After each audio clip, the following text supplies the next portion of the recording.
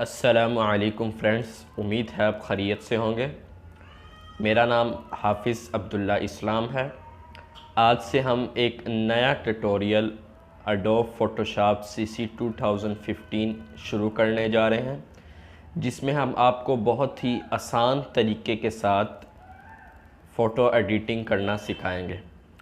ये तकरीबन आजकल के हर बंदे के लिए ज़रूरी है, क्योंकि अगला दौर जो है वो ऑनलाइन का दौर है और इसी यानी एडोब प्रीमियर, एडोब फ़ोटोशॉप सीखना तकरीबन हर बंदे के लिए ज़रूरी है। और ये एक आसान सी सॉफ्टवेयर है। जैसा कि आप आजकल देखते हैं कि कोई मोबाइल ऐप डिज़ाइन होती है या कोई भी पोस्ट वगैरह फेसबुक पे देखते हैं तो ज़्यादातर एडोब फ़ोटोशॉप पे ही बनी होती है, क्योंकि इसके तकरीबन लेटेस्ट वर्जन आते हैं। इसके अलावा भी और सॉफ्टवेयर हैं एडिटिंग के लिए, जैसे कोरल ड्रा हो गया, एडोब इलस्ट्रेटर हो गया। लेकिन एडोब फ़ोटोशॉप का ये फ़ायदा है कि ये प्रोफेशनल है और बहुत ही आसान है, जिसको आप आसानी के साथ सीख सकते हैं और इससे आइंदा आने वाले दिनों में पैसे भी कमा सकते हैं। इस ट्यूटोरियल में हम आपको सिर्फ 30 दिनों में, जी हाँ 1 महीने में प्रोफेशनल डिज़ाइनर बना देंगे, वो भी बहुत आसानी के साथ। तो आज है उस ट्यूटोरियल का पहला दिन, तो चलते हैं लैपटॉप की स्क्रीन की तरफ। तो जी हाँ फ्रेंड्स, हम आ चुके हैं अपने लैपटॉप की स्क्रीन पर। तो ये रहा हमारा एडोब फोटोशॉप CC 2015। जैसे ही आप इसको खोलेंगे तो आपके सामने कुछ इस तरह का इंटरफेस आएगा। तो हम थोड़ा सा तारुफ करवाते चले। यहाँ पे ये जो आपको बार या लाइन नज़र आ रही है, ये टूल बार कहलाती है। ये लेयर का बार है, ये कलर बार और ये प्रॉपर्टी बार।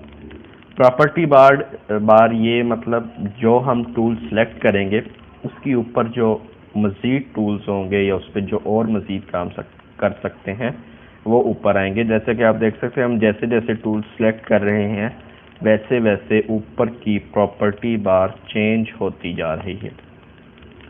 तो यहाँ से आप टूल बार को डबल या सिंगल भी कर सकते हैं।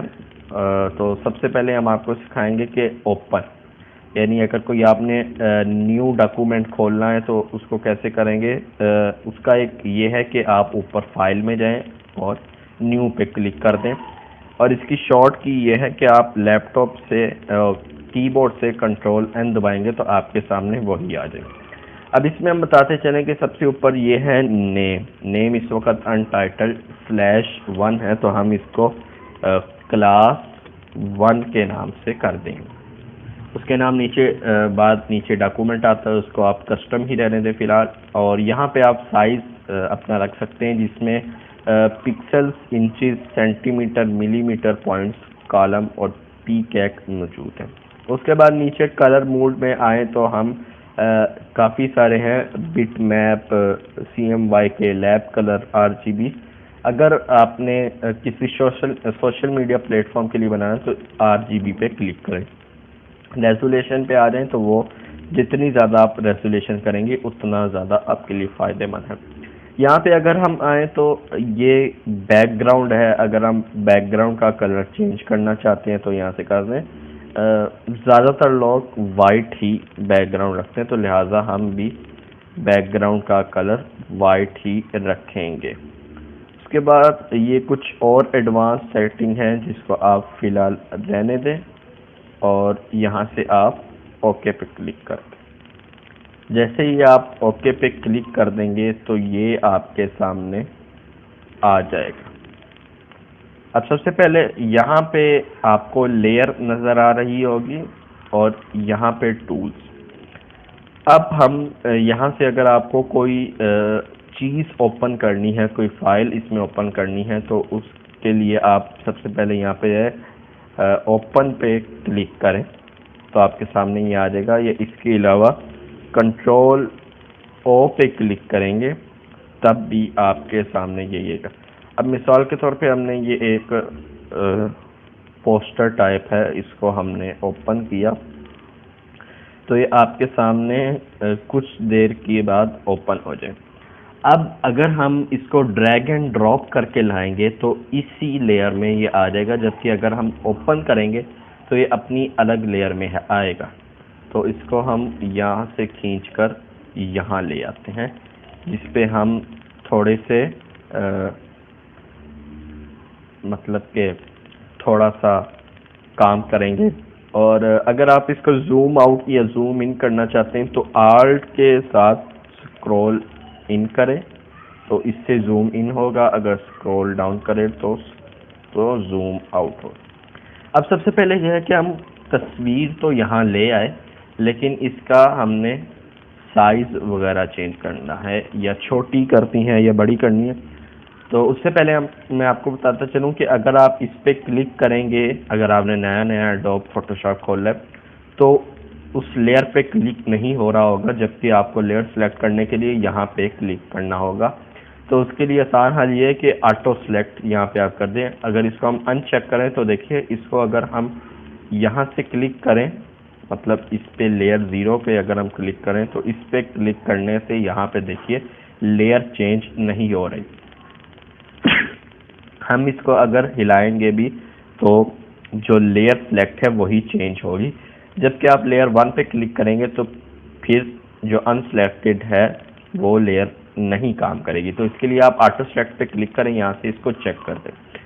अब हम बात करते हैं इसको रीसाइज करने पे। तो यहाँ से आप एडिट पे आए और यहाँ पे आपको नज़र आ रहा होगा फ्री ट्रांसफॉर्म, जिसका शॉर्ट की है कंट्रोल टी।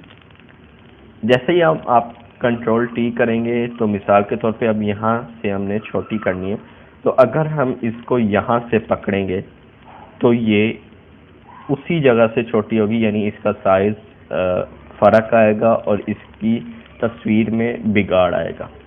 तो इसके लिए हमें ये चाहिए कि हम यहाँ से शिफ्ट पकड़ें और कहीं से भी करेंगे तो ये चारों कॉर्नर से शिफ्ट आल्ट के साथ चारों कॉर्नर से सिलेक्ट होगी। जैसे ही आप सिलेक्ट करेंगे तो एडोब का ये फ़ायदा है कि अगर आपने मिडल करना है तो जैसे ही आप मिडल पे करेंगे तो वो एकदम से आपका झटका लगेगा और ख़ुद ही ये लाइन देख सकते हैं, ये जो आ रही है दरमियान में, इससे रुक जाएगी। अब हम यहाँ पे एंटर करेंगे और आल्ट स्क्रॉल इन करेंगे। अब हम आपको यहाँ पे कुछ टूल्स के बारे में बताते हैं। नंबर 1 टूल यहाँ पे अगर हम आपको बताएं तो ये है क्रॉप का टूल। अब मिसाल के तौर पे लेयर 1 हमारी सिलेक्ट है, हमने इसको क्रॉप करना है, सिर्फ हमें ये जो कुरान नज़र आ रहा है ये हमें चाहिए। तो हम यहाँ से क्रॉप करना शुरू करेंगे। याद रखिए जो चीज़ आपको चाहिए वो आप करें, और आल्ट स्क्रॉल आउट करने के बाद, जूम आउट करने के बाद ऊपर से भी ले आएंगे और इसी तरह हम नीचे से भी इसको ऊपर करेंगे। तो आप देखते देखते आपको पता चल जाएगा। अब जैसे ही आप ये सब कुछ कर लें तो यहाँ पे क्लिक करें, चेक यानी कर दें, तो आपके सामने देखिए वही तस्वीर जो हमने सिलेक्ट की थी वो आपके सामने आ गई। अब अगर आप इसको दोबारा ले जाना चाहते हैं तो यहाँ से कंट्रोल Z पे क्लिक करें तो आपके सामने दोबारा वही आ गई। अगर आप उससे भी बैक ले जाना चाहते हैं तो कंट्रोल आल्ट Z पे क्लिक करें। बेसिकली ये एडोब की हिस्ट्री कहलाती है, कंट्रोल आल्ट Z। उस पर क्लिक करने से आप बैक और होते जाएंगे। जैसे कंट्रोल आल्ट Z हम और क्लिक करते हैं तो ये देखिए हम और बैक होते जा रहे हैं। अब जो हमने साइज इसका किया था वो नहीं रहा, तो लिहाजा कंट्रोल T के साथ जो हमारी शॉर्ट फॉर्म है और शिफ्ट आल्ट को दबाते हुए हम इसको दोबारा छोटा कर देंगे। अब दरमियान में आ जाते हैं। अब हम आपको बताएंगे इस टूल के बारे में जो आपको इसके बिल्कुल नीचे नज़र आ रहा होता है, जो मार्की टूल कहलाता है। इसकी शॉर्ट फॉर्म M है। इसको अप्लाई करेंगे यहाँ पे हम। अब मार्की टूल का क्या काम है? उसका काम ये है, ये हमें मिसाल के तौर पे ये वाला ये जो कोर्स लिखा हुआ है हमें सिर्फ ये चाहिए, इतना हिस्सा चाहिए। तो हम इसको उठा के यहाँ से आसानी से शिफ्ट कर सकते हैं, जो कि एक बहुत ही आसान है। तो उम्मीद करता हूँ आज की क्लास आपको पसंद आई होगी, जिसमें हमने छोटे छोटे बेसिक से 2-3 टूल सीखे हैं। इंशाल्लाह जैसे जैसे हम आगे बढ़ेंगे तो और भी टूल सीखते जाएंगे।